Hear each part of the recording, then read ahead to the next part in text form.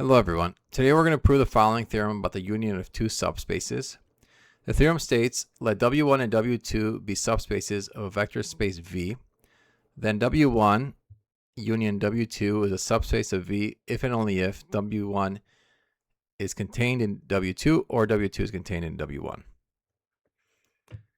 In simpler terms, the union of two subspaces is only a subspace when one of the two subspaces is completely contained inside the other.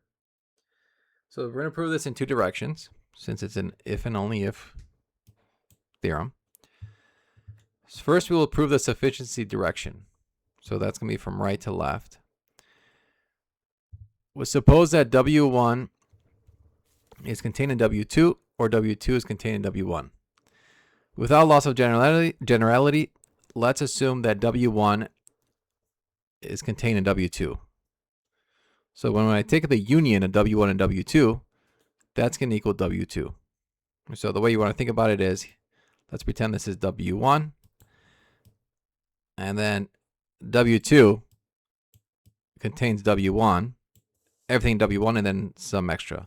So if I take the union of this guy, then it's just going to be all of W2.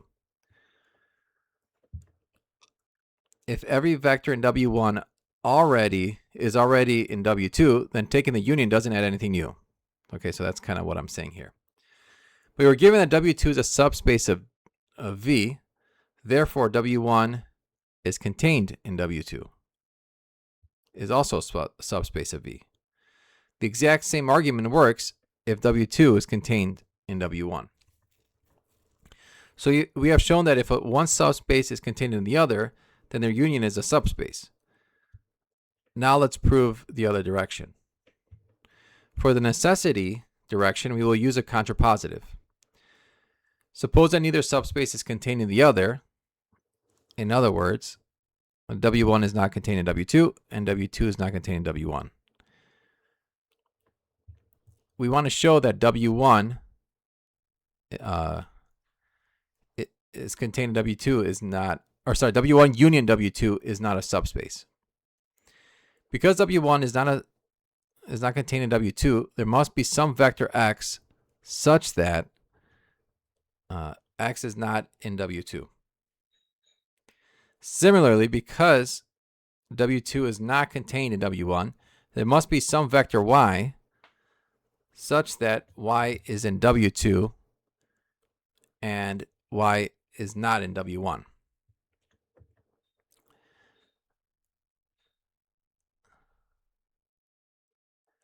So since x is in W1,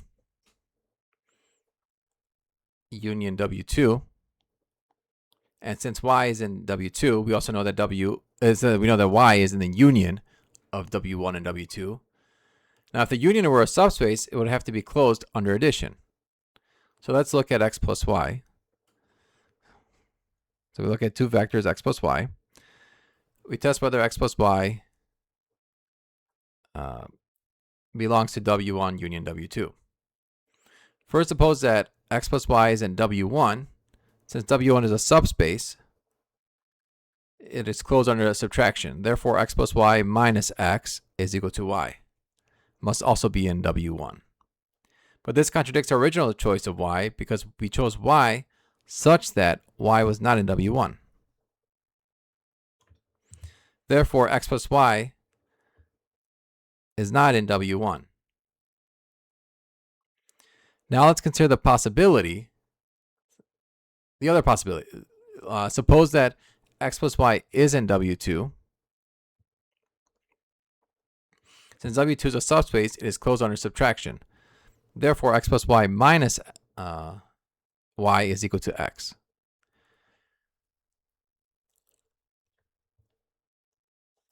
And this must be in W2, which contradicts their initial choice of x when we said that x was not in W2. So that's up here. Therefore, x plus y is not in W2.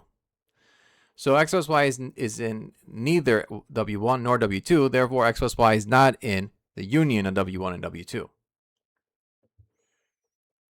But remember that both x and y are in the union. So we have two vectors in W1 union W2, whose sum is not in the union. That means that W1 union W2 is not closed under addition. And because closure under addition is required for a set to be a subspace, we conclude that W1 union W2 is not a subspace of V. So therefore, if the union is a subspace, one of the two subspaces must be contained in the other. Combining both directions, we conclude that W1 union W2 is a subspace of V if and only if W1 is contained in W2 or W2 is contained in W1. So the key idea is that if neither subspace contains the other, we can find one vector from each subspace whose sum falls outside both subspaces. And that completes the proof.